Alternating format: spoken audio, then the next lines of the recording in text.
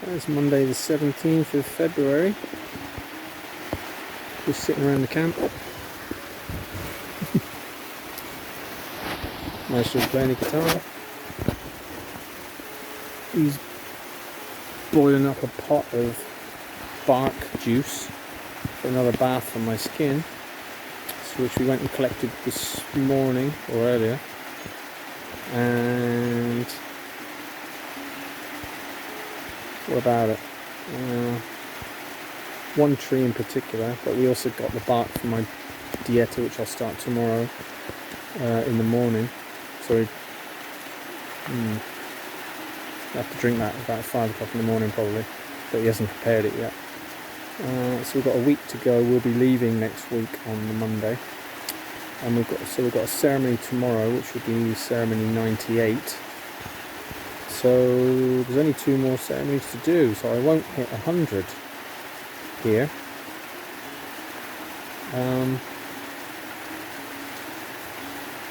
But I want to talk about a story. We had a good chat the other night, and we were talking about pela, caras.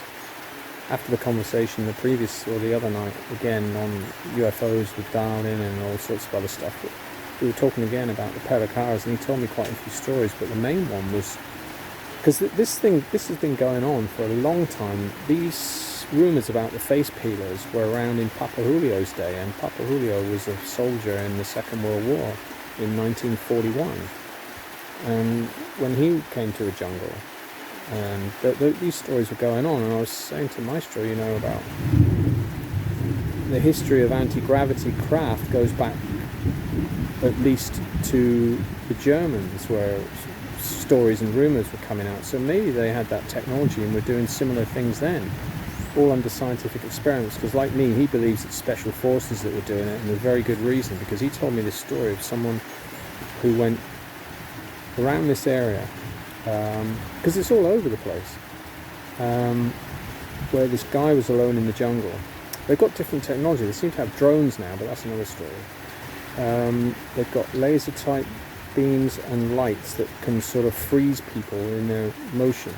And now, after these stories, I'm starting to think that this is why a lot of Peruvians don't trust gringos, because a lot of them, he says, even today, a lot of people, especially in places like Genaro Herrera, which are more in the jungle and not close enough to Iquitos, where tourism is obviously a big business, and it's a lot more common to see gringos of all sorts.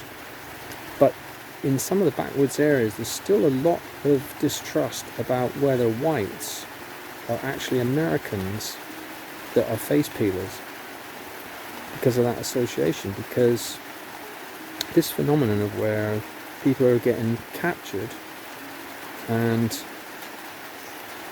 it's about organ transplantation and experiments, as well as removing the face. And so he, like me, thinks it's special forces, and the reason is there was a story of a guy who was alone in the jungle. He was a hunter, and he was alone in the jungle for days, and he saw lights flying around, but he was in the jungle. So they often see lights in the sky, and then they'll come low down to treetop height and attack people. And certain people, because they're brave, the Peruvians, they don't if they've got guns, they'll use them. And like Maestro's big shotgun up there, hanging above, pointing right at his daughter's head right now. Didn't even see that. It's a really old one. That was Papa Julio's old shotgun. Maestro's got cartridges for it here. It's not loaded. I'll get a close-up of that. Terry, you probably want to have a look at it. It's fucking ancient, that thing. So anyway, this story, because what happened with this guy in the jungle, he stumbled across a camp in the middle of the jungle. And we are deep in the jungle here. We're 4 hours away from Iquitos. And it's only Genaro Herrera. It's a small community nearby, and the rest is just families that live along the river, and the odd house or so in these flooded areas. But he said he was higher up in the hills. And one night he was out hunting. He saw lights, and he, going through the jungle, had a peek, and he saw a camp. And it was loads of Americans, soldiers and scientists. They had a laboratory set up. They had hearts pumping in flasks. loads of medical equipment, this sort of thing. So it seems that they're capturing people. Obviously, I think they get dressed up in these protective suits. They've got these anti-gravity boards, and this is common. You know, I mean, that big story in the news, which is why I knew about it, was the big story in the news nearly 2 years ago now, because it was big news here on mainstream TV. And I told friends about it, but this story is even more crazy, because this guy actually spied on the camp. He didn't get seen, and there was people in, you know, just around this camp who are probably doing this stuff. You know, they're flying around and they're capturing people. They're taking their organs, because sometimes the bodies get found. Obviously, that's how they know, because the faces have been peeled off. I think probably more as a scare tactic, but maybe there's another reason. Maybe it's to make identification harder. If people haven't got a criminal record, they wouldn't have fingerprints. It's difficult to identify who the bodies are, if they should get left, or who knows. Or it just puts the fear in the local community of these things. And when they see these people flying around these hoverboards, they think most people might think it's extraterrestrials, which is the cover.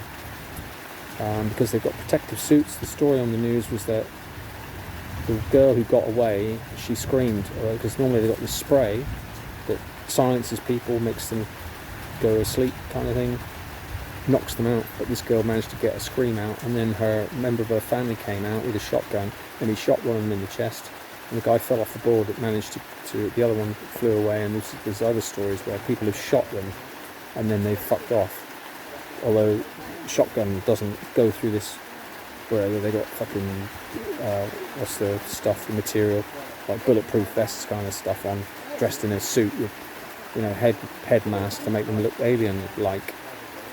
But what this guy did was then he went and got a load of his friends, and they all went back with guns, and they invaded the camp and shot everybody. Fascinating story, if true. Fascinating story. So they killed them all. Nothing came of it at all. You know, no authorities got involved. It was just completely left, because obviously, I suppose, special forces or whatever, they fly in with another one, pick up the mess, take whatever's left, and fuck off out of it with no remains of it whatsoever, except the story and the locals.